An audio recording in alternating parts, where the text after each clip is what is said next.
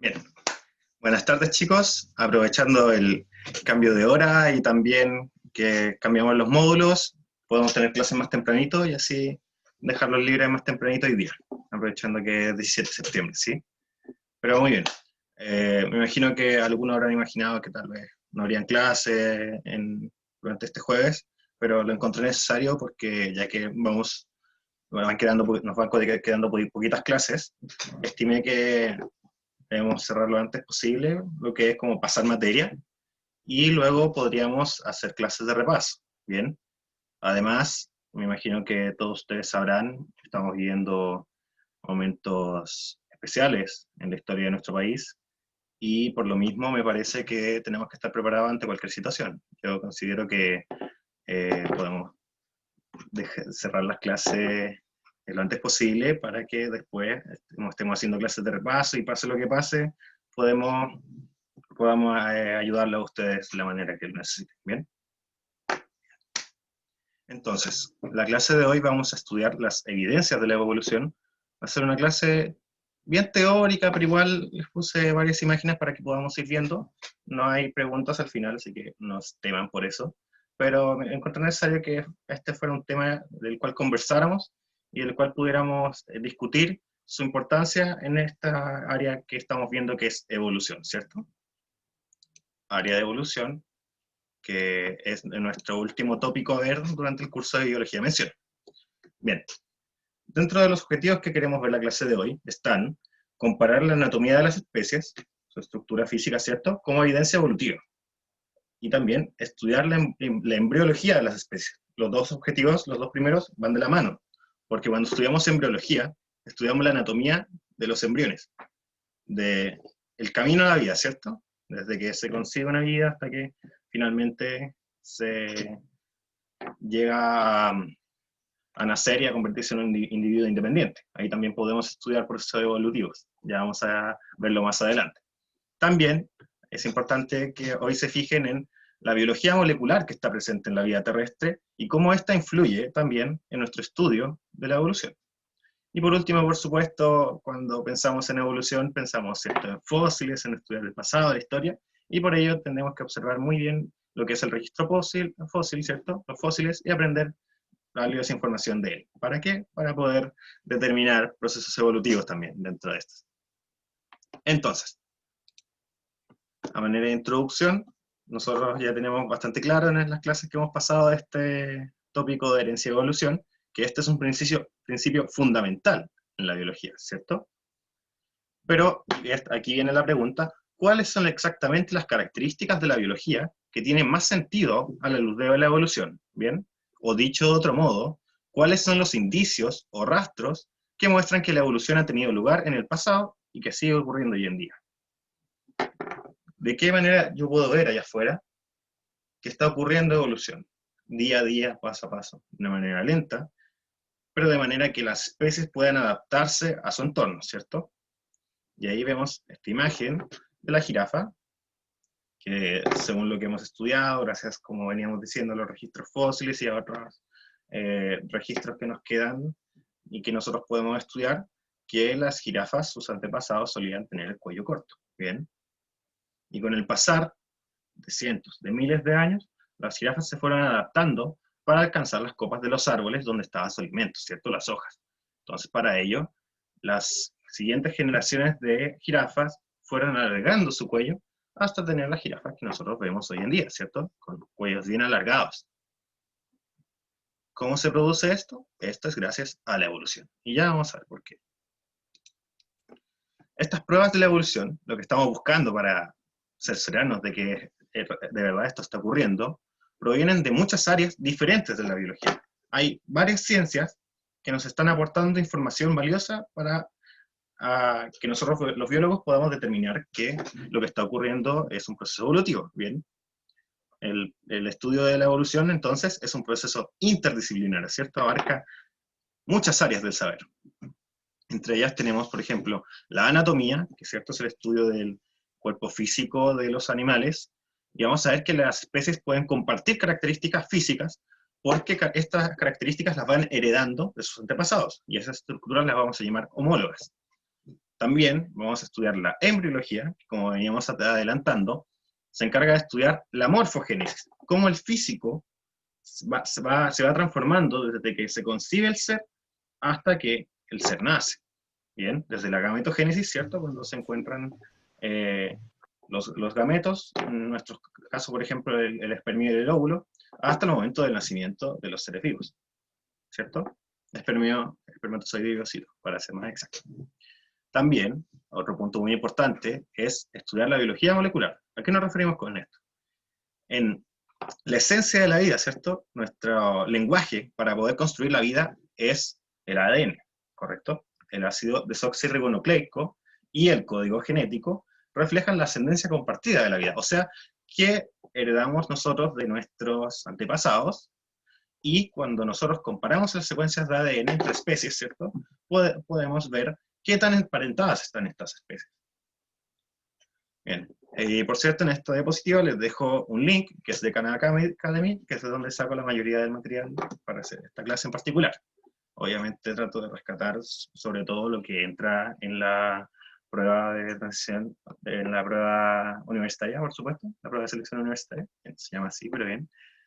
Pero ustedes pueden consultar el link, por supuesto, y ver más material al respecto, más información. Bien, otros puntos que vamos a trabajar hoy día son la biogeografía, que sería la distribución de toda la vida, y las características únicas que las caracterizan a cada especie. Las características que vemos en especies de un continente, que pueden ser semejantes a las de otro continente que quedó separado por el mar hace millones de años, como así también especies que se encuentran en islas aisladas y que no encontramos en ninguna otra parte del mundo. También, como veníamos adelantando, los fósiles nos documentan la existencia de especies pasadas, actualmente extintas, y eso nos permite saber de ellas, saber cómo vivían, de qué se alimentaban, cómo se reproducían. Y por último también va a haber casos en los que nosotros podamos ver la evolución de manera directa, nosotros podamos vivir y poder verlo en vivo y en directo que está ocurriendo un proceso evolutivo.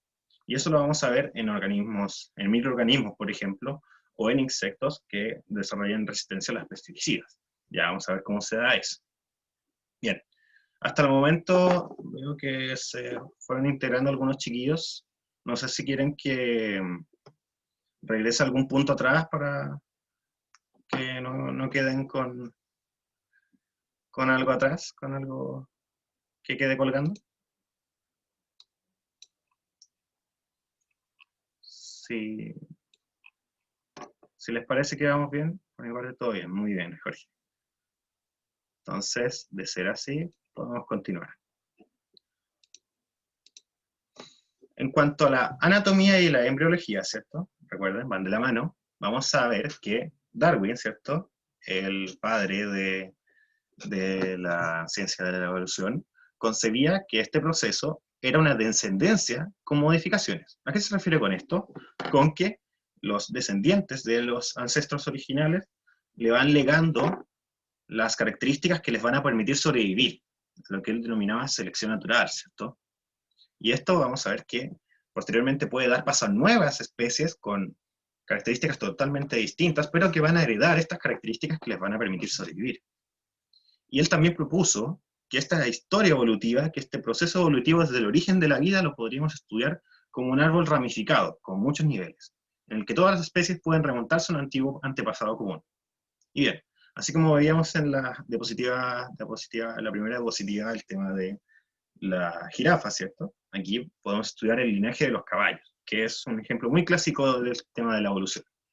Los caballos, en este caso, su antepasado, el Eohippus, de hace 50 millones de años en el Eoceno, solía ser un animalito del porte de un perro, bien chiquito, con un hocico con una forma muy distinta a la que tiene actualmente, también la disposición de las extremidades, la cola, todo era muy distinto, pero luego, al tener que adaptarse al ambiente donde vivía, con el paso de miles, de millones de años, el caballo se fue desarrollando, fue aumentando su altura, su envergadura, ¿cierto? Un caballo es un animal fuerte, portentoso, enorme, ¿cierto? Y ahora nos encontramos en el Pleistoceno, por ejemplo, ahora estamos en el Holoceno, pero anteriormente en el Pleistoceno, hace 1.8 millones de años, empezamos a encontrar ya con el género Equus, que son la clase de caballos que nos encontramos actualmente, en el cual ya tenemos caballos que superan fácilmente el 1,5 metros de altura, son gigantes, son capaces de llevar una persona en su lomo, tal vez dos, ¿cierto? Entonces, vemos que hubo una gran transformación del animal a lo largo de millones de años que le permitió adaptarse a su ambiente. ¿Y a qué árbol ramificado se refería Darwin? A este. Este se dice que se sacó de las libretas originales de Darwin en 1859, durante sus viajes, ¿bien? Y aquí, o sea, no, esto debe ser una reproducción de más adelante. Pero esta es la idea con la que quiero que se queden del árbol de la vida. Partimos de una raíz, ¿cierto? Donde se origina la vida, aquí el árbol sigue hacia abajo, pero tenemos familias que luego se pasan a otras subdivisiones de la vida hasta llegar a las especies que nosotros conocemos hoy en día, ¿cierto? Y todas estas especies, según Darwin, tienen un antepasado común. Pero claro, algunas especies tienen antepasados comunes más cercanos que otras, como el caso clásico que se le atribuye a Darwin, que los primates y los humanos poseen un ancestro común. No que el humano desciende del mono, ¿bien? No falta quien menciona eso, pero no. Se dice que los primates y los humanos tienen un antepasado común porque compartimos muchas características, ¿cierto? Sin embargo, el humano desarrolló por un lado la capacidad de caminar en dos extremidades y acostumbrarse a ello, porque los primates de repente también lo hacen, pero el ser humano se acostumbró a ello y desarrolló extremidades muy distintas, tanto superiores como inferiores. Manos versus pies, ¿cierto? En cambio, los primates suelen tener extremidades bien similares, tanto en el tren superior como en el inferior. Bien. Entonces, y este es un árbol de la vida actual, versión 2020.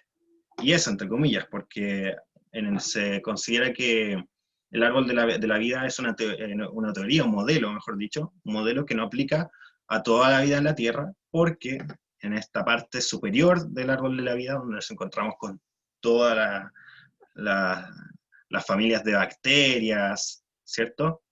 Vamos a ver que entre las bacterias el desarrollo de la vida y su diferenciación no ocurre de una manera lineal, como que hay un origen y hay ramas, y esas ramas no se vuelven a tocar de ahí el infinito, sino que en las bacterias, ¿cierto?, que contienen plasmidios, estos ADN circulares, ¿cierto?, puede ocurrir un caso de transformación en el cual las bacterias comparten información genética, y por ende las ramas ya no se alejan indefinidamente, sino que a veces se tocan y van transmitiendo información entre sí, ¿ya? Por lo tanto, hay científicos hoy en día que no hablan de un árbol de la vida, sino más bien de una red, en la cual todo está conectado y de repente se pueden dar uniones que permiten nuevas formas de vida sin que estas uniones representen como un antepasado común, sino que dos especies que de un momento a otro empezaron a compartir información genética y así compartieron esas cualidades que les van a permitir sobrevivir. Pero volvamos al modelo de Darwin. El modelo de Darwin nos sugiere que hay especies más estrechamente relacionadas que otras, ¿bien? Y si se fijan acá, en este árbol versión 2020, toda la capa superior, todo ese árbol que se abrió ahí con miles de ramas de colores, todas esas son bacterias. Familias y familias de bacterias. Tanto las bacterias, que son toda esta mitad superior, como las arqueas, que son este grupito de acá, menos lo verde, corresponden a gran parte de la vida en la Tierra, ¿cierto? Un porcentaje bastante elevado, la podría jugar decir más del 90%, si es que no más. Bien, no les puedo dar una cifra exacta, por supuesto, porque aún no conocemos la totalidad de especies en nuestro planeta. Todavía queda por descubrir. Y todo el resto, que es la vida a la que nosotros solemos estudiar en el colegio, que son las eucariotas, corresponden a esta ramita de color verde. Bien. ¿Y dónde estamos nosotros? Se preguntarán ustedes. Bien, no sé si alcanzan a ver, pero debajo de eucariotas hay un orden, entre comillas, hay una subdivisión de eucariotas que se llama Ofistoconta. ¿Qué es Ofistoconta? Son eucariontes que desarrollaron un flagelo, y que algunas de sus células desarrollan flagelos, como es el caso, por ejemplo, de los espermatozoides en los humanos. Entonces, en Ofistoconta nos encontramos con hongos, humanos, animales, etc. Las plantas están en otro filo, ¿bien?, de eucariotas, pero todos los organismos, o la gran mayoría de los organismos con los que solemos lidiar durante nuestra vida diaria, están en esa pequeña ramita de ahí, verde. Todo el resto son bacterias arqueas, para que vean la inmensidad de la vida microbiana en nuestro planeta. Entonces, como verán aquí, así como las ramas se expanden y se van diferenciando entre sí, todas tienen un origen, ¿cierto? El origen que se concibe de la vida, y a partir de ese origen y de los distintos orígenes y ramificaciones que origina este árbol de la vida, podemos rastrear el ancestro común de ciertas especies y encontrar su parentesco, encontrar las características que comparten, y de esa manera ver qué heredaron y qué las relaciona entre sí. Hace cuántos millones de años se diferenciaron entre sí. Bien, eso es muy importante en el tema de evolución. Y bueno, volviendo al tema, ¿cierto?, de anatomía y embriología, vamos a ver que si dos especies comparten una característica física, como una estructura ósea compleja, ¿cierto?, la estructura de sus huesos, como vemos ahí, una pata que podría ser bien de un perro con una mano humana, o un patrón corporal, es posible que hayan heredado dicha característica de un ancestro común, ¿bien? Que en algún momento, hace millones de años, había un organismo que desarrolló extremidades de esta forma, y que luego se fueron diferenciando dependiendo de las condiciones del ambiente. Y estas características físicas, compartidas gracias a una historia evolutiva, a un ancestro común, que se desarrollan en un principio en conjunto, y que luego se separan, se les conoce como homólogas. ¿Bien? Características homólogas. ¿Y qué ejemplo tenemos de estas características homólogas? Podríamos decir las extremidades anteriores de ballenas, humanos, aves y perros. ¿Bien? Que parecen diferentes entre sí, ¿cierto? Vistas desde el exterior, los humanos tenemos manos, pies, los perros tienen patas, las ballenas tienen aletas, las aves tienen alas, ¿cierto? Cosas muy distintas. Pero vamos a ver que su estructura ósea de estas extremidades se parecen mucho. ¿Bien? En la siguiente diapositiva hay una imagen, y vamos a ver que el patrón de estos huesos es muy parecido. Y esto, ¿cómo se explica? Lo más probable es que estas estructuras tienen un origen común, de un ancestro común, y que luego este diseño básico de los huesos del ancestro común se lo heredaron a sus descendientes. Y debido al ambiente se fueron cambiando. Las aves desarrollaron alas para volar, las ballenas desarrollaron aletas para nadar, los humanos desarrollaron manos para tomar objetos, etc. Los perros desarrollaron garras para poder recorrer el mundo, y etc. Bien. Aquí vemos estas extremidades, ¿cierto? Las extremidades anteriores, nuestros brazos y nuestras manos. En el caso del perro son sus patas delanteras, las aves sus alas, ¿cierto? Que tienen una estructura así, que llega hasta la punta de sus alas, y el resto son plumas. Bien. Y en el caso de la ballena, que tiene una mano que parece gigante, ¿cierto? Pero sobre eso tiene una capas de músculo, grasa y piel que le terminan dando como resultado una aleta, en lugar de una mano, como es el caso de nosotros, ¿cierto? Estas son características homólogas, que en esencia, en origen, son iguales, pero que luego, debido al ambiente, fueron diversificándose. ¿Bien? Bien. Respecto a la embriología, ¿cierto? El estudio de los embriones, nosotros podemos ver también estructuras homólogas, estructuras que en origen son muy similares e iguales en origen, pero que luego se fueron diversificando. Vamos a ver que todos los embriones de vertebrados, incluyendo los humanos somos vertebrados, ¿cierto? Tenemos vértebras, presentan hendiduras branquiales y cola, ¿sí? Hendiduras branquiales. Entonces nosotros no tenemos branquias, ¿cierto? Cola, los humanos tampoco tenemos cola, ¿cierto? Ya, vamos a ver por qué. Vamos a ver después que durante la gestación de estos embriones, y aquí vemos a un ser humano en el último embrión, de más a la derecha, vamos a ver que estos embriones se van diferenciando durante la gestación, y vamos a ver que nuestra cola embrionaria, este apéndice de acá, se va a transformar en el coxis, en el extremo inferior de la columna vertebral, y las hendiduras braquiales se van a convertir en una mandíbula, con hueso ahí, y en nuestro oído interno. Nuestro oído interno es toda una estructura compleja que nos permite oír la clase, por ejemplo, y todo eso gracias al desarrollo embrionario, que en lugar de darnos branquias, nos dio buenos oídos para escuchar a través del aire, ¿cierto? Y también nos dio una mandíbula para poder modular y hablar.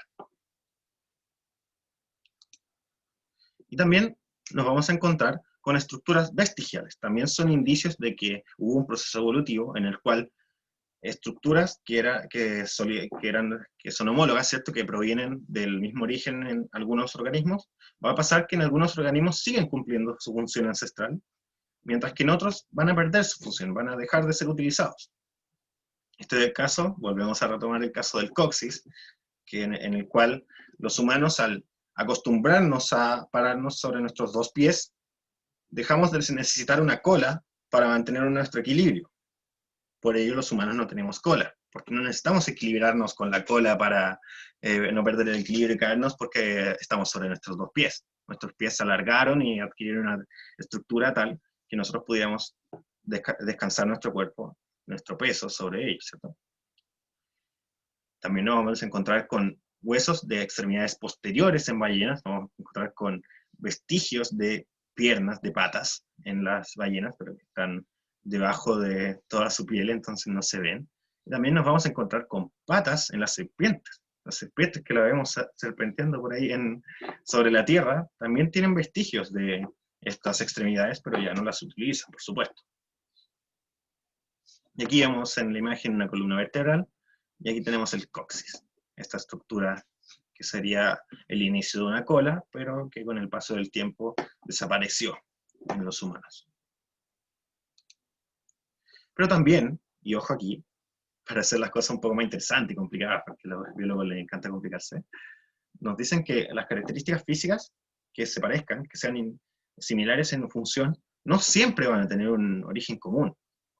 Algunas similitudes de este estilo se van a llamar análogas, y que van a ser las que evolucionaron de manera independiente, que desde distintos puntos, con distintas condiciones, el ambiente, etc., y distintos orígenes ancestral, se dio el caso de que distintas especies desarrollaron la misma cualidad, ¿bien? Desarrollaron una característica que no los relaciona como en relación de parentesco, ¿cierto? Pero que les da una característica que a ambos les permite sobrevivir, ¿bien?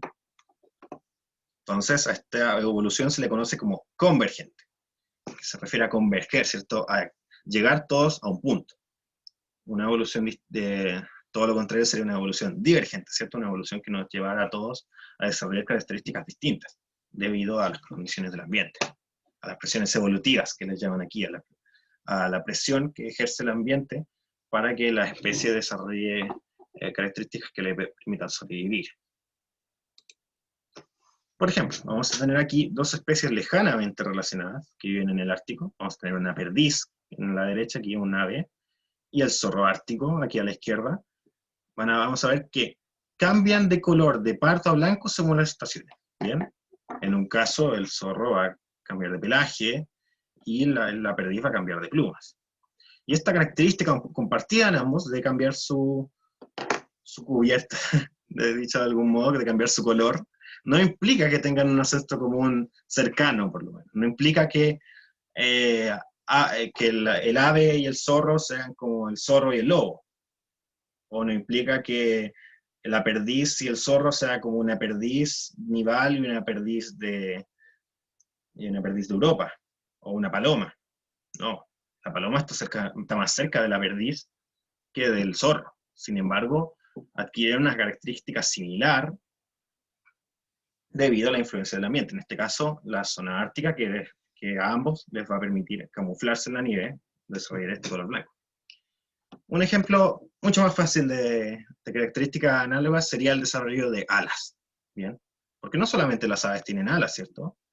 Podemos ver alas en los insectos, podemos ver alas en un mamífero, en el caso del murciélago, pobre murciélago, mal año para el murciélago, pero muy bien. Tenemos todos estos ejemplos de animales que han desarrollado alas para poder volar, o al menos planear. Sin embargo, esto no los relaciona entre sí como una sola familia, por ejemplo. De nuevo uso el mismo ejemplo. Una perdiz con una paloma no están igual de emparentadas con el murciélago que entre sí, solamente por el hecho de tener alas, ¿cierto? Sino que el murciélago, la perdiz, la paloma, el mosquito, todos desarrollaron alas debido a la influencia del ambiente, la presión evolutiva, para que ellos pudieran desarrollar esa capacidad de volar. ¿Bien? Bien. Y entonces, nos queda una duda de todo esto.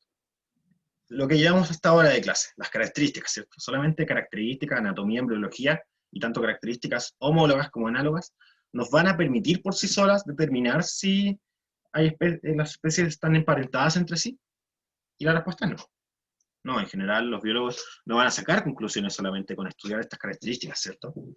Van a querer ir más allá, siempre más allá. Van a querer estudiar una gran cantidad de estos factores que nos van a permitir identificar un proceso evolutivo, no solamente la anatomía y la embriología, sino que van a ir, por supuesto, a la biología molecular, van a ir a la biogeografía, de manera de, con toda esa evidencia, determinar si es que existe un parentesco entre las especies y si es que tienen un ancestro en común.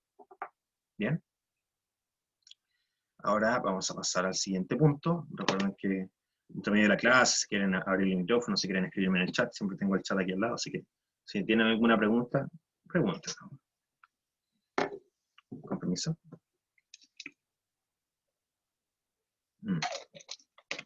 Bien. Ya que ha quedado claro el tema de anatomía y embriología, podemos pasar al siguiente punto, que es el de la biología molecular, ¿cierto? Vamos a ver que al igual que en el caso de las homologías estructurales, estas características que solían compartir las especies con parentesco, vamos a ver que las semejanzas entre las moléculas biológicas, ¿cierto? Entre las biomoléculas, que venimos estudiando desde el principio del curso, pueden reflejar la existencia de un ancestro evolutivo compartido. Y en particular, ¿a qué moléculas biológicas nos estamos refiriendo? De partida, a los ácidos nucleicos, ¿cierto? ADN, ARN.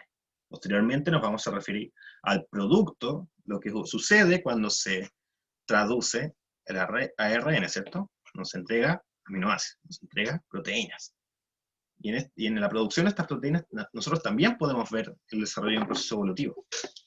Vamos a ver que en el nivel más básico, en la esencia de la vida, o dicho de otro modo, el dogma central de la biología, además que lo han escuchado por ahí, el de replicación, transcripción, traducción, nosotros podemos evidenciar que todos los seres vivos comparten el mismo material genético, ADN, el mismo código genético o algo muy parecido.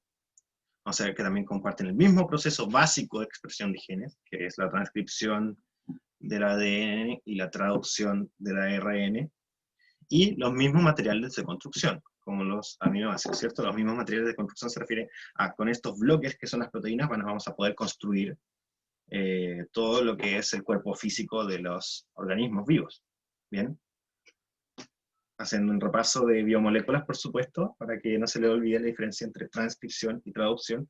Siempre piensen que al transcribir, nosotros estamos pasando de una hoja a otra, por ejemplo, ¿cierto? En este caso de ADN a ARN. No cambia el idioma, solamente estamos volviendo a escribir algo que ya estaba escrito en ese idioma. Pero al traducir, ¿cierto? Nosotros al traducir cambiamos de idioma, cambiamos todo lo que estábamos hablando. En este caso, estamos hablando del paso del idioma de ácido nucleico al idioma de las proteínas. ¿Bien? Por eso siempre me acuerdo de la transcripción como pasar de una hoja a otra, y la traducción como traducir de un idioma a otro, algo totalmente distinto. ¿Bien? Acuérdense de eso. Con esto en mente, nosotros sabemos que todos los seres vivos deben descender de un ancestro común, o al menos eso teorizaba Darwin, porque comparten estas características que posteriormente nos dimos cuenta gracias a los aportes, por ejemplo, de Rosalind Franklin, con la famosa foto que nos dio el modelo de doble hélice que vemos acá, en ADN, y que dicho ancestro debía tener ADN como material genético, que la vida comenzó junto con el ADN. Y esta información genética se ha ido transmitiendo, se ha ido heredando. Y gracias a que esta información se hereda, nosotros tenemos otra evidencia más de que existen procesos evolutivos. ¿Y de qué manera podemos estudiar que en la biología molecular nos encontramos con procesos evolutivos? En casos como los de los genes homólogos. ¿De qué se trata? Se tratan de genes relacionados entre distintas especies que pueden entregarnos los mismos productos, ¿cierto? Luego de los procesos que ya explicamos. Y a estos genes los vamos a llamar homólogos u ortólogos. La idea fundamental detrás de este método de encontrar genes homólogos es que dos especies tienen el mismo gen debido a que lo heredaron de un ancestro común, ¿bien? Por ejemplo, los humanos, las vacas, los pollos y los chimpancés, también los cerdos, tienen un gen que codifica para la hormona insulina, porque este gen ya estaba presente en su último ancestro común. O sea, el ancestro común de todos estos animales, que parecen muy distantes entre sí, debía tener un gen que codificaba para la hormona insulina. Un gen en su ADN, ¿cierto? Que luego al ser transcribido y traducido, al ser traducido nos terminaba dando esta hormona insulina, ¿cierto? Una proteína con capacidad enzimática. Sin embargo, vamos a ver que mientras más diferencias hay en el ADN de dos genes homólogos, o diferencias en los aminoácidos de las proteínas para que las que codifican, porque puede que la insulina de chimpancé no sea exactamente igual a la humana, o la de pollo no sea exactamente igual a la de chimpancé, van a tener ciertas diferencias que las hacen más aptas para esa especie, y menos apta para las demás. Y vamos a ver que si hay más diferencias, más distante, por supuesto, va a ser la relación entre estas especies. Por ejemplo, vamos a ver que la de insulina humana y la de chimpancé son más semejantes. Vamos a tener un 98% de igualdad. Casi iguales, casi completamente iguales. Mucho más parecida que la insulina humana con la de pollo, que solamente coinciden en un 64% de este código genético. Lo que muestra que los humanos y los chimpancés están más emparentados más cercanamente que los humanos y los pollos. ¿Bien? Otra referencia más a que los humanos y los primates están bien relacionados, aparte de la que ya vimos en anatomía y en biología. Bien, por otro lado, vamos a tener el tema de la biogeografía. ¿A qué se refiere? Se refiere a la distribución geográfica de las especies sobre la Tierra. Y esta distribución geográfica no ocurre al azar.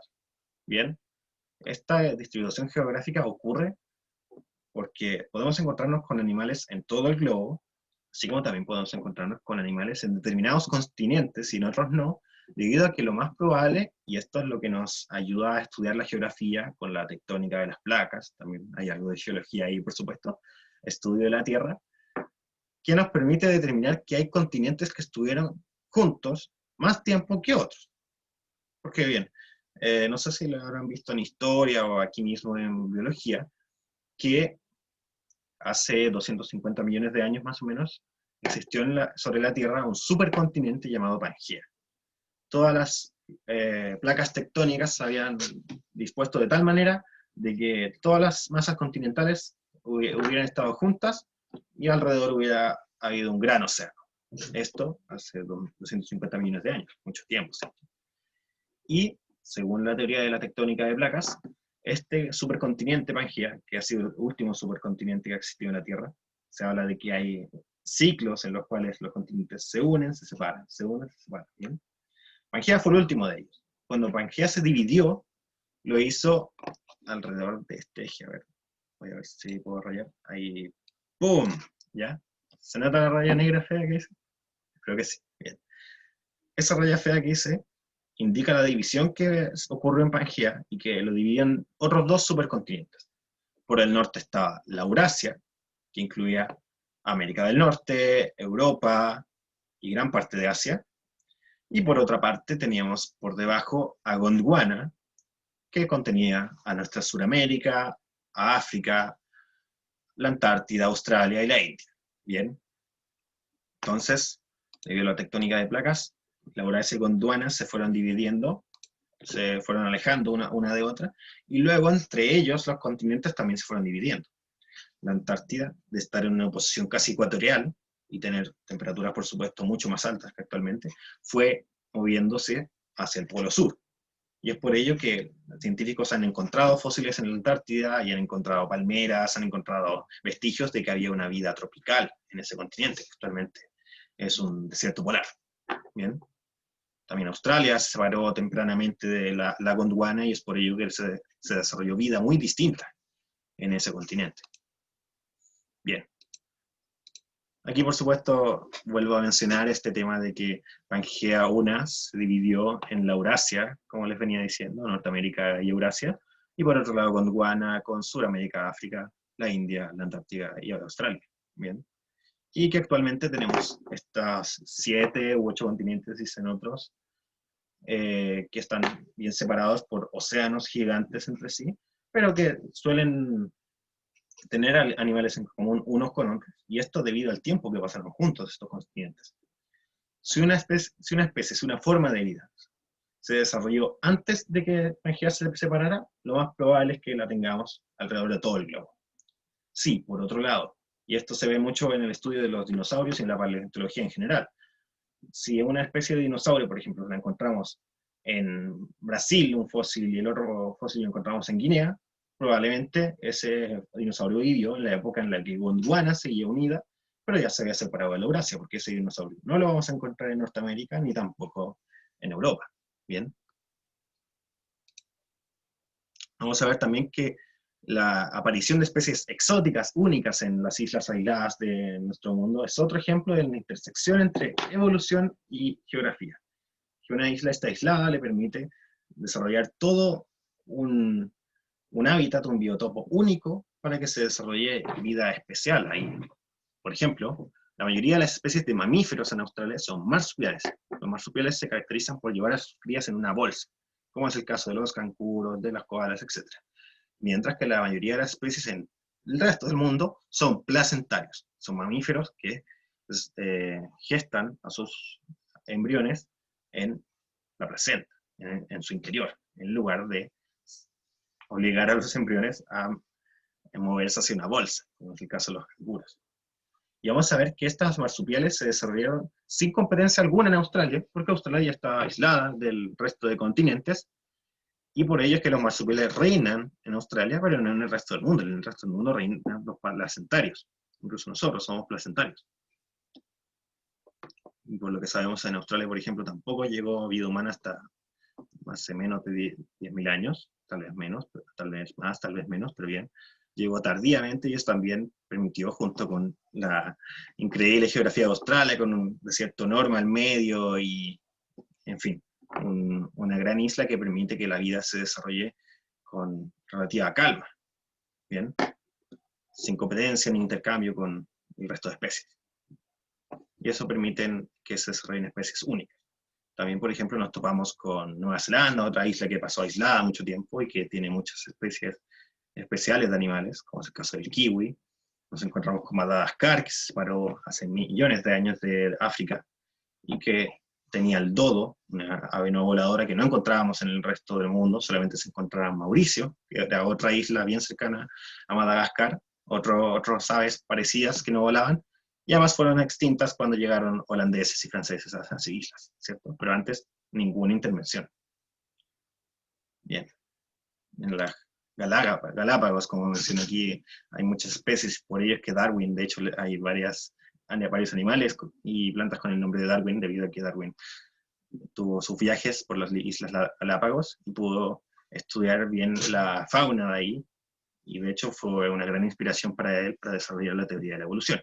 Entonces, en esas islas, al frente del Ecuador, vamos a ver que solamente se encuentran en esas islas. Y esto es debido a que pasaron aisladas mucho tiempo. Sin embargo, aún así vamos a poder encontrar un ancestro común, por ejemplo, entre los marsupiales que existen en Oceanía con los que se encuentran en otras partes del mundo. ¿Bien? Un lejano ancestro. O también entre las tortugas gigantes de las Galápagos con las tortugas que conocemos aquí en el continente. Bien, bien, sigamos. Bueno, el último punto que nos queda por revisar, junto con la observación directa, por supuesto, de la evolución, es el registro fósil. Y vamos a ver que el registro fósil, o los fósiles, son los restos conservados de organismos, o sus rastros. Dígase, estructuras óseas, pelaje, lo que se encuentre. probablemente se encuentre la estructura ósea porque es la que más resiste el paso del tiempo y la erosión. Vamos a ver que el registro fósil no suele ser completo ni está intacto. ¿Bien? Cuando se habla, por ejemplo, de se descubrió una nueva especie, se descubrió el eslabón perdido y le ponen color, y luego cuando vemos de qué se trata, suele ser una mandíbula, o suele ser un dedo, no sé. Parece una pieza súper pequeña, sin valor. Sin embargo, esa mandíbula, ese dedo de esa especie que no conocíamos, nos puede entregar muchas pistas acerca de cómo vivía esa especie y cómo se diferencia de las actuales y de las extintas que ya conocíamos. Vamos a ver, como dice acá, la mayoría de los organismos nunca se fosiliza y los humanos rara vez encontramos los fósiles. O sea, los fósiles que conocemos no son una ínfima cantidad de los que deben haber repartidos por el globo. Sin embargo, los que hemos encontrado nos han permitido comprender la evolución a lo largo de extensos periodos de tiempo, dándonos esta evidencia de que estos animales existieron en algún momento. Y nos entregan las pistas para saber cómo vivían y de qué manera le legaron esas características que les permitían vivir en su ambiente a sus descendientes actuales. Y bueno, para estudiar los fósiles primero tenemos que saber cómo se data un fósil, cómo se le da la fecha y no, cómo sabemos nosotros de hace cuánto está enterrado ahí.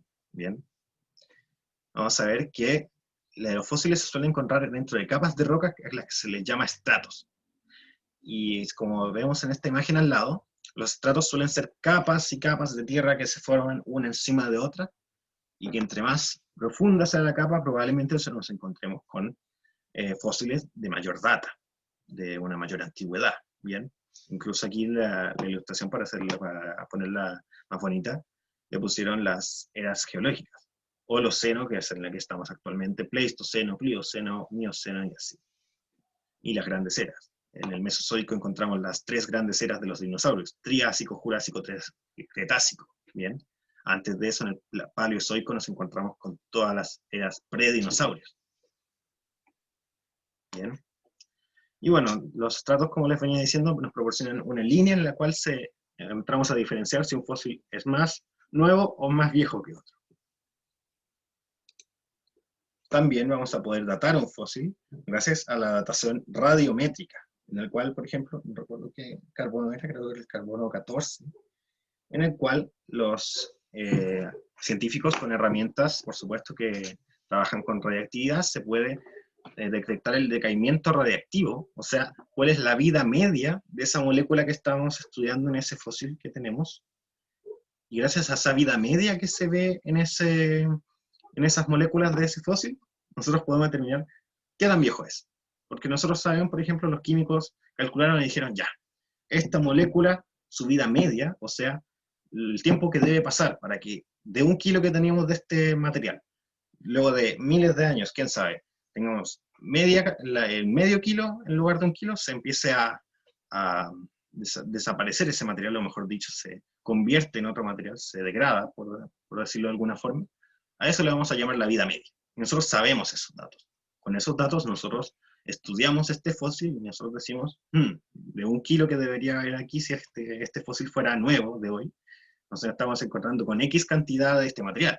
Por ende, nosotros podemos determinar que esto ha pasado cierta cantidad de tiempo para que este fósil lo hayamos encontrado en este estado. ¿Bien? Bien. Y bueno, aquí también lo podemos determinar gracias a una datación por ceniza volcánica, que hay entre medio capas de ceniza volcánica debido a erupciones en las cuales, gracias a también estos métodos radiológicos, también podemos estudiar su origen y su tiempo en el cual pasaron. Bien, podemos estimar todo eso. Bien, vamos a ver que gracias a que ya le encontramos el origen en el tiempo a estos fósiles, podemos documentar la existencia de especies que están actualmente extintas y ubicarlas en el tiempo de tal manera de relacionarlas tanto con ancestros comunes que puedan tener con las actuales, como con sus descendientes que vivan actualmente y hayan desarrollado otras características. Vamos a ver también que van a poder ayudar a los científicos a reconstruir la historia de la evolución de las especies actuales, como les venía a decir. Y como vimos anteriormente, uno de los fósiles más estudiados son los del linaje del caballo, cómo el caballo llegó a ser como lo conocemos actualmente. Y esto gracias a que se encontraron fósiles de especies que compartían estas características homólogas con el caballo, ¿cierto? Y que nos permitieron descubrir los orígenes de por qué el caballo es así como es. Bien. Finalmente, podemos ver que existen casos en los cuales la evolución se da en un tiempo muchísimo más corto, la cual le vamos a llamar microevolución, pequeños cambios, en lugar de la macroevolución que crea especies completamente nuevas y todo el tema. La microevolución nos permite descubrir pequeños cambios que le van a permitir a las especies sobrevivir a las inclemencias del ambiente. Por ejemplo, vamos a tener el caso de bacterias que desarrollan resistencia a antibióticos, desarrollan un gen, lo empiezan a utilizar para defenderse de la acción de algún antibiótico, suministrado tanto, por ejemplo, por los humanos, como también por un hongo, por ejemplo, que esté suministrando penicilina a las bacterias que tiene a su alrededor. Las bacterias terminaron desarrollando una resistencia. Las que lograron sobrevivir a la penicilina se volvieron resistentes ahí. Y las descendentes de esta bacteria van a heredarle el gen resistente a la penicilina, y por ende también van a poder sobrevivir a la acción del hongo con su penicilina sobre la bacteria. Por otro lado, tenemos otro ejemplo, y lo vamos a estudiar en la siguiente diapositiva, de insectos que se volvieron resistentes a pesticidas. ¿Bien? Ojo ahí, insectos que se volvieron resistentes a las sustancias que nosotros utilizábamos para exterminarlos. Por ejemplo, y este es el caso del DDT, una sustancia que se terminó retirando por lo tóxica que se volvió y porque los insectos se terminaron volviendo inmunes a esta. Bien, vamos a ver que algunos mosquitos poseían alelos, ¿cierto? Volvemos al tema de gen de clases pasadas, una versión de este gen que sea resistente al DDT, que le permite después segregar hormonas, quién sabe qué, un mecanismo que le permite defenderse de la acción de este DDT. Por otro lado hay, y la gran mayoría de estos mosquitos no poseía alelos resistentes, poseía una versión del gen que no le suministraba esta manera de defenderse contra el DDT. Se rocía el DDT, y los únicos mosquitos que sobreviven, por supuesto, son los que contenían este alelo resistente, los que no fueron exterminados. Y luego estos sobrevivientes se reproducen, y ahora toda la población de mosquitos, que podría volver a ser la anterior e incluso más, ahora todos tienen el alelo resistente, porque son descendientes de las que sobrevivieron, son descendientes de las que sí poseían el alelo resistente. Por lo tanto, ahora tenemos un problema mucho mayor, porque ahora ya no podemos utilizar DDT para deshacer nuestros mosquitos, que son plagas en los campos, ¿bien? Porque ahora todos tienen alelos resistentes. Tenemos que buscar otro pesticida, utilizar otros métodos que nos permitan deshacer nuestros mosquitos. Ahí tienen un caso de microevolución. El mosquito, por esta selección natural, entre comillas, en este caso sería la acción humana, los mosquitos que sobrevivieron fueron los que poseían el alelo resistente, y luego estos sobrevivientes le transmitieron el alelo resistente a sus descendencias. Evolucionó. Desarrolló una característica para poder adaptarse a su ambiente. Eso es la evolución, chicos. Bien. Bien. Con esto termina la clase, chiquillos. No sé si hay preguntas al respecto. Espero que les haya gustado, que hayamos podido definir bien estos conceptos de evidencias de la evolución. Y bueno, darles ánimo para estos días que se vienen de fiestas patrias, para que puedan descansar durante esta semana de receso que les estamos dando del preu, y que de vuelta ya estamos tipo 29, 30 de septiembre, si no me equivoco, volvemos. Ya nos estarían quedando 4 clases del área temática de herencia y evolución, por lo menos de materia. Bien, el resto va a ser repasos, va a ser lo que ustedes necesiten para poder terminar de afirmar esta materia que han aprendido a lo largo del año. Bien. Entonces, no sé si alguno quedó con alguna duda de esta clase, si es que fue muy rápido. Que debe utilizar la pizarra. Voy a intentar utilizar la pizarra más durante estas clases. Si, voy a dejar de compartir. Si pueden fijar mi cámara para poder ver esto. Bien.